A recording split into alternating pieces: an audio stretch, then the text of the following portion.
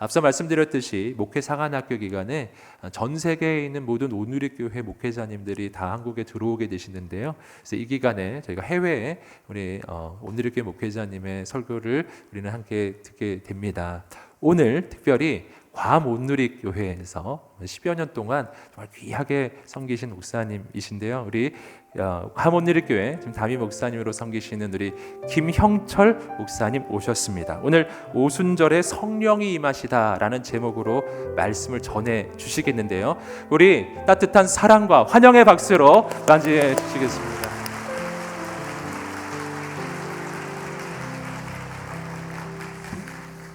할렐루야. 하나님을 찬양합니다. 하나님의 영이신 성령께서 우리와 함께 하셔서 또 각자 흩어진 또 목회자, 우리 선교사님들, 사역자님들이 한 목소리, 바로 믿음의 소리, 하나님의 소리를 내게 하신 은혜가 있습니다. 그런 의미에서 우리 괌 온누리 교회도 올해로 20년이라는 이제 역사가 있고, 저는 올해로 이제 10년째 우리 교회를 섬기고 있습니다. 저는 온누리교회에서 2014년도에 시작을 해서 양재, 그리고 얼바인 온누리교회, 또 다시 양재, 그리고 서빙고를 거쳐서 이제 괌으로 가게 됐습니다. 근데 어느덧 괌에만 한 10년 정도 됐는데요. 성령께서 정말 비록 조그만 섬이지만 하나님의 역사가 또 일어나게 되고, 또 많은 성도들과 함께 하나님의 일을 정말 기꺼이 감당하고 있습니다. 정말 우리 인천 온누리교회 너무너무 오고 싶었는데 또 하나님께서 이런 은혜의 자리를 허락해 주셔서 저는 미국에서도 좀 살아보긴 했는데요. 이렇게 큰 길과 도시와 그리고 교회에 또 들어오면서 성령의 그 임재에 이렇게 압도되기는 오랜만에 제가 그런 느낌을 받은 것 같습니다. 오늘 특별히 우리와 함께 하신 성령 하나님으로 인해서 크신 은혜가 임하기를 예수 그리스도의 이름으로 축원합니다. 오늘 본문의 말씀을 통하여서 우리 오순절 날에 성령의 임재로 나타난 현상들을 우리는 정말 너무나 많은 우리 목회자들을 통하여서 듣고 있는 이 말씀이 됩니다.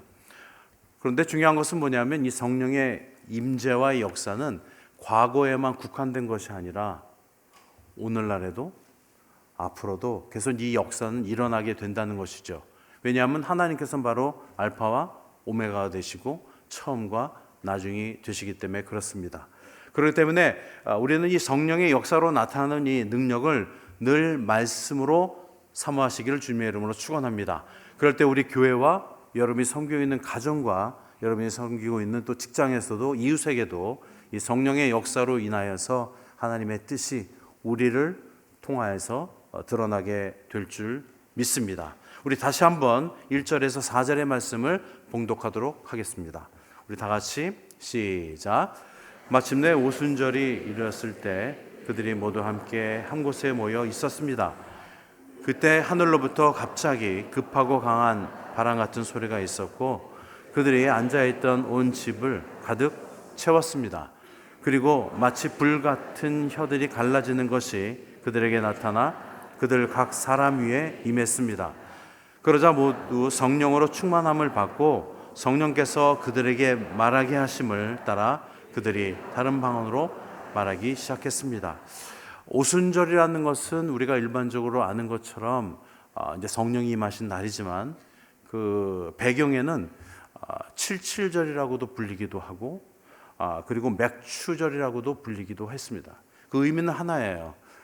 어떤 결실이 열린다는 겁니다. 결실이 하나님으로 인해서 준비되어서 결실이 열리게 되는 날, 이것을 유대 사람을 통해서 그것을 철저하게 경험케 하시고 믿음의 사람들이 모여서 하나님의 그 결실이 하나님의 어떤 사역의 시작을 알리는 그런 의미를 우리가 받으면 참 좋겠습니다. 일찍이 유대 사람들은 오순절, 바로 이 맥추절로서 끝나는 것이 아니라 출애굽 이후에 시내산에서 하나님과의 계약을 맺은 날로 여기게 되었습니다. 그래서 출애굽기 19장 11절에는 이런 말씀이 있는데 함께 보겠습니다. 다 같이 말씀이 준비가 되어 있죠? 예, 감사합니다. 시작. 3일째 되는 날에 준비되게 하여라. 나 여호와가 그날의 모든 백성이 보는 앞에서 시내산으로 내려갈 것이다. 마치 성령의 임재와 같은 그런 역사를 유대인들에게 실제로 체험하게 하십니다. 이것은 하나님과 모세의 약속이었고 이 약속이 그 당시 우리식으로 보면 성도들에게 임하는 놀라운 역사가 되죠. 오늘의 본문의 처음 시작처럼 마침내, 그리고 출애굽기 19장 11절의 말씀처럼 바로 그날 마침내 하나님께서 언약을 맺어주시는 바로 그날이 되는 것입니다. 그래서 이 출애굽기의 이 하이라이트는 뭐냐면 시내산에서 하나님이 이스라엘 백성들을 만나는 사건, 바로 하나님과 사람이 계약을 체결하는 것입니다. 이것은 어떤 의미가 있냐면 하나님의 백성으로서 이제 사명감을 가지고 다시 오실 예수 그리스도가 오실 때까지 하나님의 그 일을 기꺼이 감당하는, 그래서 그리스도의 영이 되신 성령을 우리에게 부어주시는 날입니다. 그냥 사람들이 착하고 예쁘고 그저 조그만 믿음이 있어서 하나님이신 성령이 오신 것이 아니라 하나님의 생명된 약속의 말씀을 이루기 위해서, 또한 우리가 사용받기 위해서 성령 하나님의 내주, 성령 하나님의 임재를 믿으시기를 주님의 이름으로 축원합니다. 우리 믿음의 사람들이 소망하는 것이 참 많이 있죠. 기도하고, 정말 우리 기도할 때 우리 40일 지났고 우리 목사님께서 말씀하신 대로 앞으로의 이제 계속 우리가 기도를 이제 누리게 될 텐데요. 여러분의 소망은 과연 무엇입니까? 우리가 일반적인 내 가정, 내 사업, 내 건강, 이것도 하나의 소망이 될 수 있지만 우리의 진정한 소망은 하나님의 사람으로서 하나님의 일을 기꺼이 감당하기 위해서 필요한 도구들이 있습니다. 물질이 있을 수 있고 건강이 있을 수 있지만 그것이 메인이 주된 것이 아니라 하나님의 일을 감당하기 위해서 필요한 도구들이 되시기를 주님으로 축원합니다. 그렇기 때문에 우리가 기도할 때 우리가 어떤 목적으로 기도해야 되는가, 어떤 사명을 가지고 기도를 해야 되는가, 이것을 깨닫게 해 주시는 분이 바로 성령 하나님이 되시는 것이죠. 그래서 이런 의미에서 오순절 성령 강림 사건은 바로 하나님과 새 계약을 통해서 주 예수 그리스도 몸된 교회라는 새로운 공동체가 탄생을 해서 기독교 역사의 출발점이라고 우리가 볼 수 있게 되는 것이죠. 그래서 오늘 이 본문의 말씀을 통해서 우리가 세 가지의 이 성령 강림의 의미를 깨닫기를 원합니다. 이 첫 번째 성령 강림의 의미는 약속의 사건이라는 거예요. 사람이 그저 모여서 하나님께서 성령을 부어주신 것이 아니라 이미 하나님께서 약속해 주신 부분에 대해서 믿음의 사람들에게 부어주신 사건이다. 여러분이 알다시피 구약에는 17권의 선지서가 있습니다. 그 중에 5권은 대선지서라고 하고, 그리고 12권은 소선지서라고 합니다. 그 중에 12권 중에 소선지 중에 요엘서가 있는데 요엘서 2장 28절에 이런 말씀이 있습니다. 같이 봉독할까요? 시작. 그러고 난 후에 내가 모든 사람 위에 내 영을 부어 주겠다. 너희 아들들과 딸들이 예언할 것이고 너희 늙은이들은 꿈을 꾸며 너희 젊은이들이 환상을 보게 될 것이다. 분명히 하나님께서는 우리 믿음의 사람들에게 임무, 사명을 허락해 주십니다. 오늘 1:1 양육자를 통해서 많은 분들이 오신 것을 축하받는 걸 봤는데요. 분명한 사명이 있는 거죠. 그저 성경의 공부만으로 끝나는 것이 아니라 말씀의 사람이 되어서 하나님의 말씀을 즐겨 행할 줄 아는 그 사명, 이것이 과거에나 오늘날에도 동일하게 이루어지게 되는 것입니다. 그래서 요엘서의 말씀을 보면 부어준다라는 뜻이 있는데 이것은 히브리 말로 에시포크라고 해요. 에시포크라고 하는데 이 의미는요, 일회적으로 부어주시는 것이 아니라 대대적으로 부어주신다는 뜻입니다. 왜 대대적으로 부어주시냐는 의미가 되냐면 끊임없이 하나님의 일을 감당해 나가야 하기 때문에 필요한 하나님의 능력이 우리에게 있어야 한다는 것을 성령 하나님의 임재를 통하여서 우리가 깨닫게 되는 것이죠. 하나님의 사역은 일회성이 아닙니다.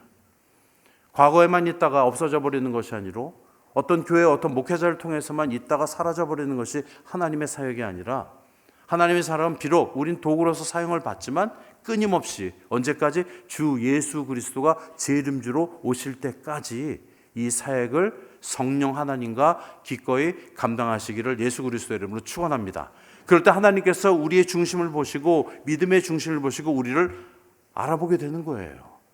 우리가 나타낼 수 있는 것이 무엇일까요? 우리는 성령 하나님과 하나님의 일을 감당할 때 우리가 크리스찬이라는 것이 드러나게 되는 것이죠.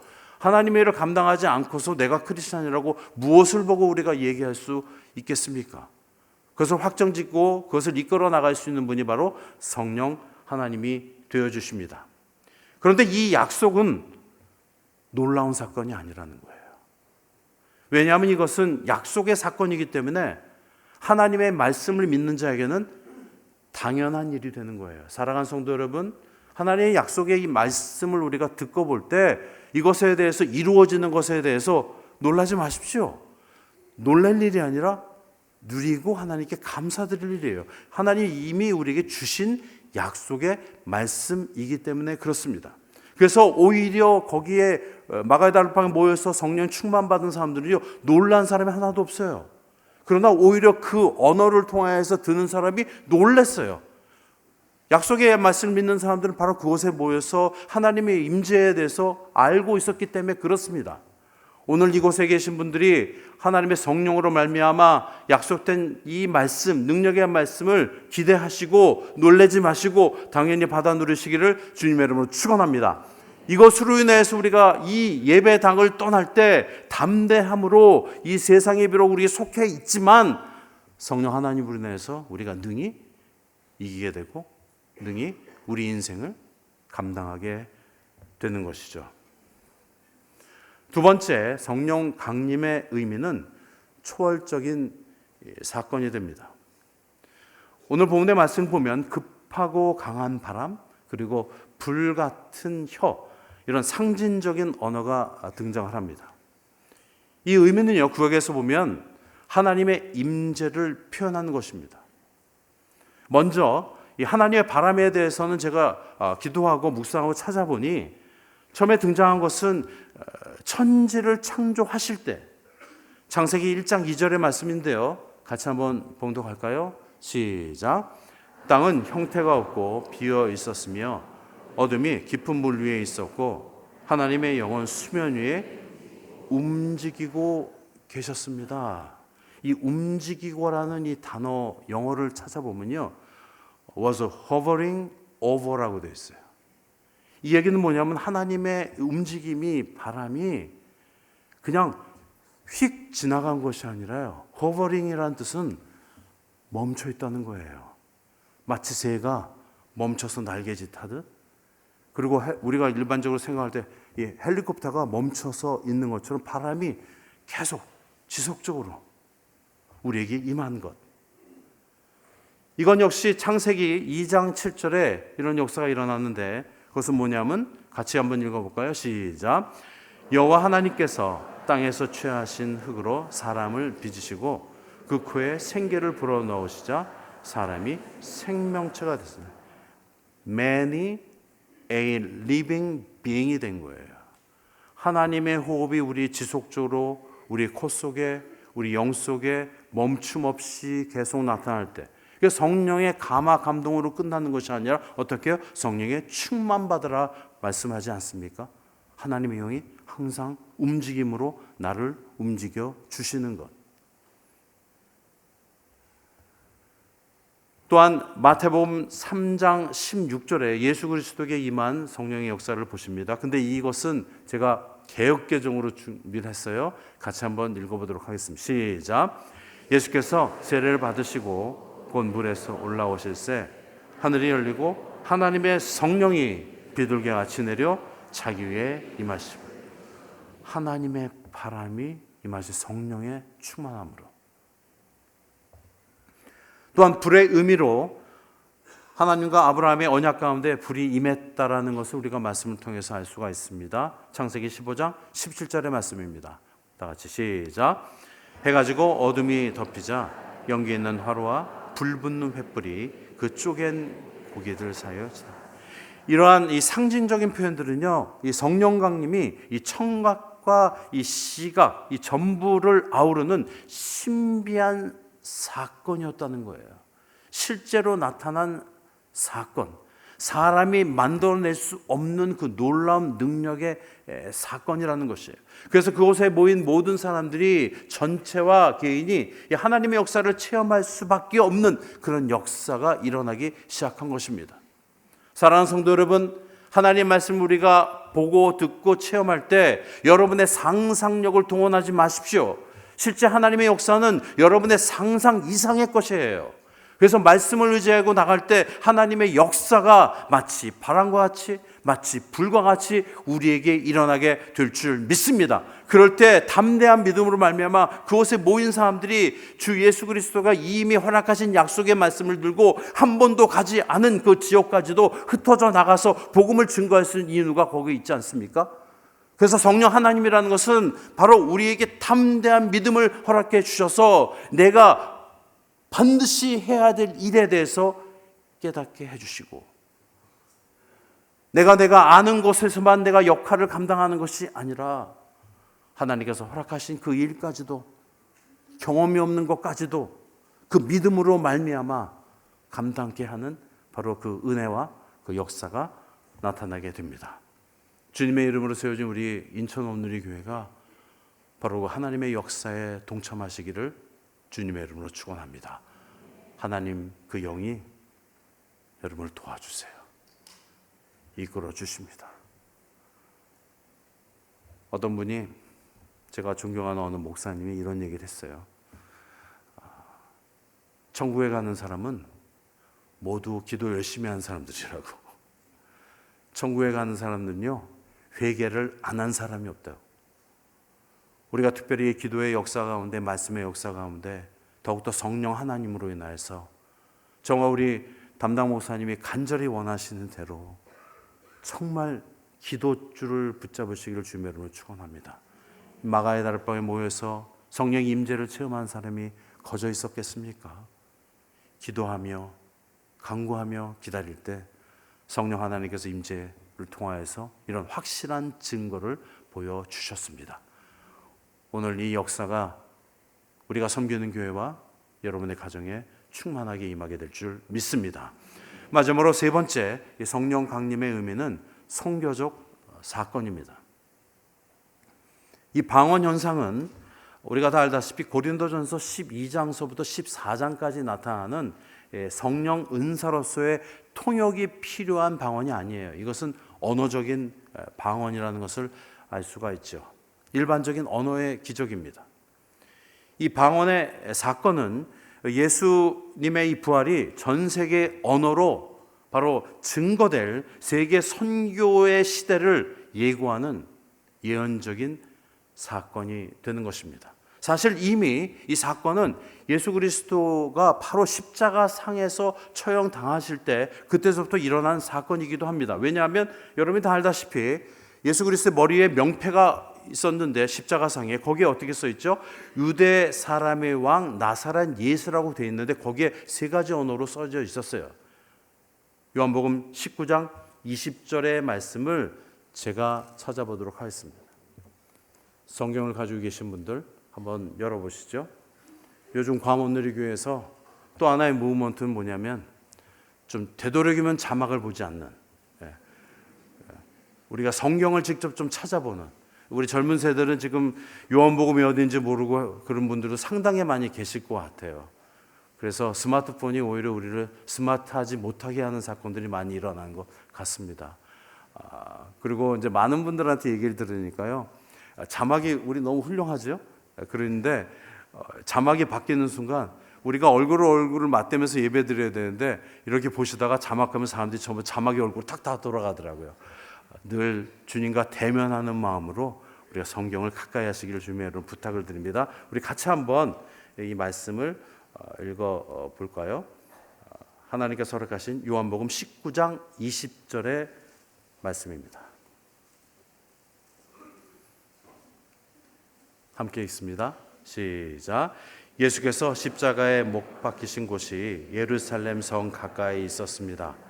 또 그 명패가 히브리어와 라틴어와 그리스어로 각각 쓰였기 때문에 많은 유대 사람들이 이 명패를 읽었습니다. 이미 주 예수 그리스도가 바로 십자가에 처형일 때 이런 역사가 일어나기 시작한 거예요. 바로 예수 그리스도 하나님이신 뜻이 펼쳐지기 시작하는 거예요. 왜냐하면 성령 하나님은 바로 그리스도의 영이 되시기 때문에 그렇습니다. 전혀 다른 이야기가 아닙니다. 이 사건으로 인해서 세계 선교의 이 시작이 일어나기 시작합니다. 자, 이 방언에 대해서 조금 더 구체적으로 알기를 원합니다. 5절에서 우리 11절까지의 말씀을 다시 한번 봉독을 할까요? 우리 시작. 그때 세계 각 나라로부터 온 경건한 유대 사람들이 예루살렘에 머물고 있었습니다. 그런데 이런 소리가 나자 많은 사람들이 모였는데 각자 자기들의 언어로 제자들이 말하는 것을 듣고 모두 어리둥절했습니다. 그래서 그들은 놀라 이상하게 여기며 말했습니다. 보십시오. 지금 말하고 있는 이 사람들은 모두 갈릴리 사람 아닙니까? 그런데 우리가 각자 태어난 곳의 말로 듣고 있으니 어찌된 일입니까? 우리는 바데 사람들과 메데 사람들과 엘림 사람들이며 메소포 유다의 갑바도기냐, 본도, 아시아, 부르기아, 밤빌리아, 이집트, 그리고 구레네에 가까운 리비아 지역에 사는 사람들이며 노모라부터 온 나그네 된 유대 사람들과 유대교로 개종한 사람들이며 크레타 사람들과 아라비아 사람들 가운데 우리는 지금 저들이 말하고 있는 하나님의 큰 일들을 우리의 각자 말로 듣고 있습니다. 예수 그리스도가 처형받을 때 세 가지 언어로 그렇게 표현되어 있는데 오늘의 이곳을 지금 5절에서부터 11절까지 우리가 말씀을 읽을 때 몇 개의 지역이 나온지 아십니까? 휙 지나가니까 모르시죠? 15개의 지역이 나옵니다. 15개의 지역. 그 얘기는 뭐냐면 세계 방방곡곡에서 다 왔다라는 얘기예요. 디아스포라된 우리 경건한 유대인들이 하나의 절기를 지키기 위해서 다 모여들었다는 거예요. 그러니까 하나님은 바로 이런 의미로 사람들을 불러 모으십니다. 그래서 큰 무리가 각자 자기의 방언, 언어로 제자들이 말하는 것을 들었다. 오늘날로 말하면 일어나 중국어나 영어를 할 줄 모르는 사람들이 말하는 것과 같습니다. 말을 하는 거예요. 그래서 각자 흩어진 사람들이 모이는데 이 사람들이 내가 지금 속해 있는 그 지역의 언어의 말을 하네. 성령 하나님께서 이것을 이렇게 변화시켜 주시 않았다면 그것이 가능하겠습니까? 갑자기? 이것도 갑자기? 이것은 성령께서 모든 세상의 문화의 장벽들을 무너뜨릴 것을 말씀하고 계시는 거예요. 세상의 문화, 세상의 사회구조, 세상의 시스템을 하나로 할 수 있는 것은 오직 하나님의 믿음의 언어밖에 없습니다. 생명의 양식이 되는 이 말씀밖에 없는 것이죠. 그래서 이 방언 사건을 통해서 놀라운 일이 뭐냐면 사람들이요, 이 언어를 통해서 듣게 되는데 어떤 일을 듣게 되냐면 성경에 보니까 하나님의 큰 일들로 본인이 듣게 된 거예요. 각자가 하나님의 큰 일. 도대체 이 하나님의 큰 일이 무엇일까? 이것은 이미 예수님께서 제자들에게 하신 말씀 가운데 있습니다. 요한복음 16장 13절에서 14절의 말씀 같이 읽습니다. 시작. 그러나 진리의 성령 그분이 오시면 너희를 모든 진리 가운데로 인도하실 것이다. 그분은 자기 생각대로 말씀하지 않고 오직 들은 것만을 말씀하시며 또한 앞으로 일어날 일들을 너희에게 말씀하실 것이다. 그분은 내 것을 받아서 너희에게 알려주실 것이므로 나를 영광되게 하실 것이다. 아멘. 하나님의 영광을 나타내는 바로 예수 그리스도를 증거하는 그 언어로 듣기 시작한 거예요. 그래서 하나님의 큰 일이라고 우리가 표현할 수 있게 되는 것이죠. 사랑하는 성도 여러분, 하나님의 약속의 말씀, 생명의 말씀을 들을 때 여러분의 아주 소극적인 것만 들어주시는 하나님으로 여기지 마시고 하나님의 큰 일을 듣고 마음판에 새겨넣으시기를 주님의 이름으로 축원합니다. 이 큰 일 가운데 우리의 일이 있는 거예요. 하나님의 큰 일 가운데 우리의 일이 있는 거예요. 얼마 전에 이제 40일 기도하시는 분 가운데 제 아내를 통해서 제가 얘기를 들었습니다. 우리가 기도할 때 이번에는 더 기도를 뜨겁게 하기 위해서 말씀 이후에 약 1시간 정도를 공동의 기도를 하였다고 제가 들었습니다. 본교에서는 지금 계속 그렇게 했거든요. 1시간 이상을 나라를 민족을 위해서 누구를 위해서 계속 기도했다. 그랬더니 이분이 처음에 마음이 어려웠대요. 개인 기도할 시간이 없구나. 계속 그런 기도를 하니까. 그래서 좀 개인도 기도하고. 근데 시간이 쭉 가니까 7시가 넘어가 버리게 되는 거죠. 그런데 이것이 40일이 다 거반되면서 깨닫는 게 뭐냐면 내가 너무 그동안에 신앙생활할 때 편협했구나. 항상 주여하면서 할렐루야 아버지 하나님, 우리 가족, 우리 딸, 우리 내 몸, 내 물질, 시작이 항상 그걸로 시작했다는 거예요. 우리가 주님께서 가르쳐준 주기도문을 봐도 하나님께 영광 올리는 것으로 시작을 하는데, 하나님께 영광 올리는 게 아니라 주님이 직접 가르쳐준 기도대로 우리가 기도하지도 못하고 늘 우리는 내가 필요한 것만, 마치 잠언에 나온 것처럼 거머리에게 2딸이 있는데 늘 주십시오, 주십시오. 뭘 달라고? 그렇게 줘도 또 주십시오. 우리는 늘 어떻게 신앙인으로 살아가면서 이렇게 늘 갈증만 품고 있는 사람들처럼, 하나님께서는 더 큰 것을 우리에게 허락하시는데 우리는 늘 소극적인 것, 소심한 것만 우리가 요청하는 것이 아닌가. 하나님께서 하나님의 큰 일들을 우리에게 허락해 주십니다. 이 큰 일 가운데 우리의 것이 있는 것이에요. 하나님의 큰 일을 감당하다 보면 그 큰 일을 감당할 수 있도록 우리에게 주시는 요소들, 우리에게 주시는 은혜들이 있는 것이에요.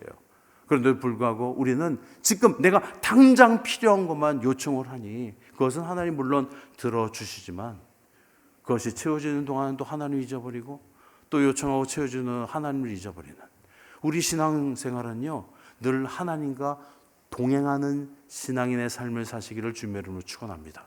그러므로 말미암아 내 일이 곧 하나님의 일이 되는 것이고 하나님의 일이 곧 내 일이 되는 것이 아니겠습니까? 사랑하는 성도 여러분, 이런 방언 자체가 이미 예수 그리스도, 바로 복음을 증거하는 선교적인 특성을 가지고 있는 것입니다. 그래서 사도행전 1장 8절에 여러분 잘 알다시피 성령은 처음부터 세계 선교와 긴밀한 관계를 가지고 있지 않습니까? 같이 읽습니다. 시작. 그러나 성령께서 너에게 오시면 너희가 권능을 받고 예루살렘과 온 유대와 사마리아와 땅끝까지 이르러 내 증인이 될 것이다. 누구 증인이 돼요? 예수 그리스도의 증인이 되는 거예요. 큰일을 나타내는 증인 되시기를 예수 그리스도의 이름으로 축원합니다. 이 위대하신 하나님의 일을 감당하는, 큰일을 감당하는 우리가 되어야 되지 않겠습니까? 혹시 그런 분도 계시지 않겠지만 나는 그냥 인천에 있으니까 인천 이 지역만 감당하면 되겠지. 결코 그렇지 않아요. 우리는 예수 그리스도의 이름으로 중보기도의 능력이 있는 사람들입니다. 언제 어디서나 기도하고 세워질 때 인천 지역뿐만 아니라 우리가 한 번도 가보지 않은 곳까지도 하나님의 그 뜻이 나타나게 될 줄 믿습니다. 그것을 우리 교회가, 주님의 이름으로 세워진 우리 교회들이 그를 기꺼이 감당해야 하는 것이죠. 오순절에 오신 성령 하나님은 초대교회가 세계 선교를 위한 문을 열고 직접 나가기 전에 이미 세계 각국으로부터 사람을 이리 모으셔서 그들을 통해서 복음의 세계화를 준비시켜 주십니다. 그래서 사도행전 1장 8절의 말씀처럼 어디서부터 시작을 하죠? 예루살렘과 온 유대와 사마리아와 땅끝까지예요. 우리 모두는 믿음의 사람으로서 세계 선교를 꿈꾸고 있는 사람이에요. 그러나 시작을 분명히 아셔야 돼요. 믿음의 사람인 나로부터, 교회를 철저히 잘해서 교회로부터 훈련받아서 지역과 조금 더 넓혀 나가는 것이 성경적으로 보면 바로 그 순서가 됩니다. 지금 하나님께서 우리에게 귀한 이 믿음의 언어를 주시고 이래 성령의 첫 역사가 한 언어로, 바로 믿음의 언어로 인해서 소통의 통로가 열리게 되었습니다. 이것은 하나님을 신뢰하는 믿음의 부재, 교만으로 인해서 인류의 언어를 분열시킨 바로 이 바벨탑 사건의 저주를 극복하게 하신 바로 그 일이에요. 창세기 11장 1절 그리고 7절과 8절의 말씀을 봅니다. 먼저 1절 시작. 온 땅의 언어가 하나요, 말이 하나였더라. 자, 우리가 내려가서 거기서 그들의 언어를 혼잡하게 하여 그들이 서로 알아듣지 못하게 하자 하시고, 여호와께서 거기서 그들을 온 지면에 흩으셨으므로 그들이 그 도시를 건설하기를 그쳤더라. 이제 주님께서 성삼위일체가 되신 성령 하나님께서 이 언어를 믿음의 언어로 통일을 시켰습니다. 그래서 성령으로 분열된 인류를 하나의 공동체로 모으기 시작하셨습니다. 그렇기 때문에 우리는 성령 안에서 언어와 민족과 계급과 나이와 성, 이 모든 담이 무너지심을 믿으시기를 주님의 이름으로 축원합니다. 그 막힌 담이 다 사라져버린 거예요. 그래서 예수 그리스도의 몸된 교회는 유대인과 이방인 모두를 포괄적으로 예수 그리스도의 공동체로 하나로 묶어주신 거예요. 그렇기 때문에 성령으로 교회 공동체가 더욱 연합해서 다시 오실 예수 그리스도를 위해 믿음과 성령의 기름으로 준비하시기를 주님의 이름으로 축원합니다. 우리 마지막 12절과 13절의 말씀을 봉독합니다. 시작. 그러자 모든 사람들이 놀라 당황해 이것이 도대체 어찌된 일입니까? 하고 서로에게 말했습니다. 그러나 어떤 사람들은 그들이 세술에 취했다라고 조롱하며 말하기도 했습니다. 당시나 지금이나 모든 사람이 이 방언, 하나님의 은사인 선물을 이제 받았음에도 불구하고 다 긍정적인 반응을 보인 것은 아닙니다. 믿음이 없을 때 나타나는 것은 성경의 말씀과 같이 당황하고 조롱이라는 단어가 등장합니다.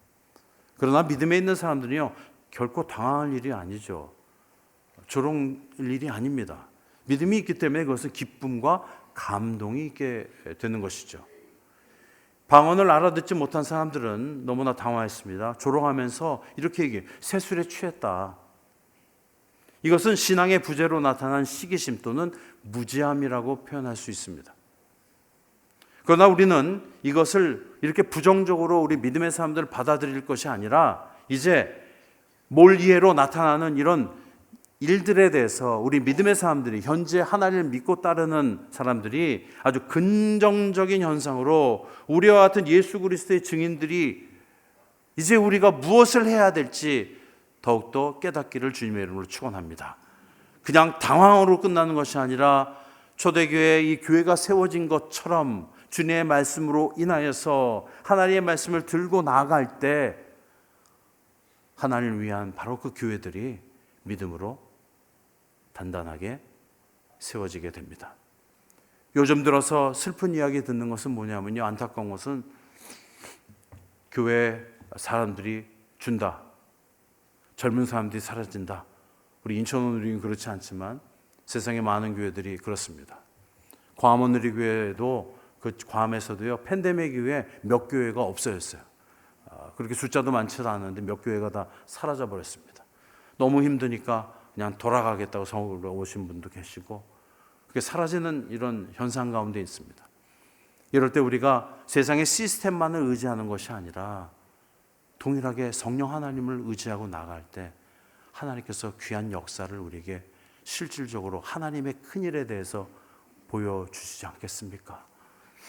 그 일을 감당하는 우리 인천온누리, 우리 온누리교회 성도이기를 원합니다. 사랑하는 성도 여러분, 이제 오순절에 제자들이 예루살렘 한 곳에 모이게 되었습니다. 그 이유는 성령을 보내주신다는 예수 그리스도의 약속의 말씀을 믿은 사람들입니다.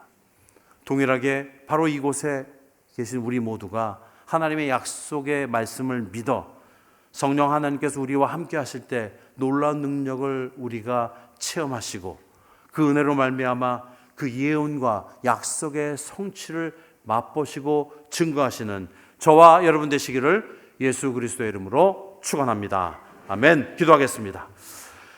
우리와 함께 하신 성령 하나님, 성령 하나님께서 우리에게 더욱더 알려주시사 하나님께서 허락하신 그 사명을 더욱더 깨닫게 하시고 사명을 받은 우리가 기뻐하며 감사하며 하나님께 이전보다 더욱더 헌신하고 충성하는 은혜로운 우리 인천 온누리교회와 우리 성도의 삶이 되게 하여 주시옵소서. 감사드리며 예수 그리스도의 이름으로 기도드립니다. 아멘. 할렐루야.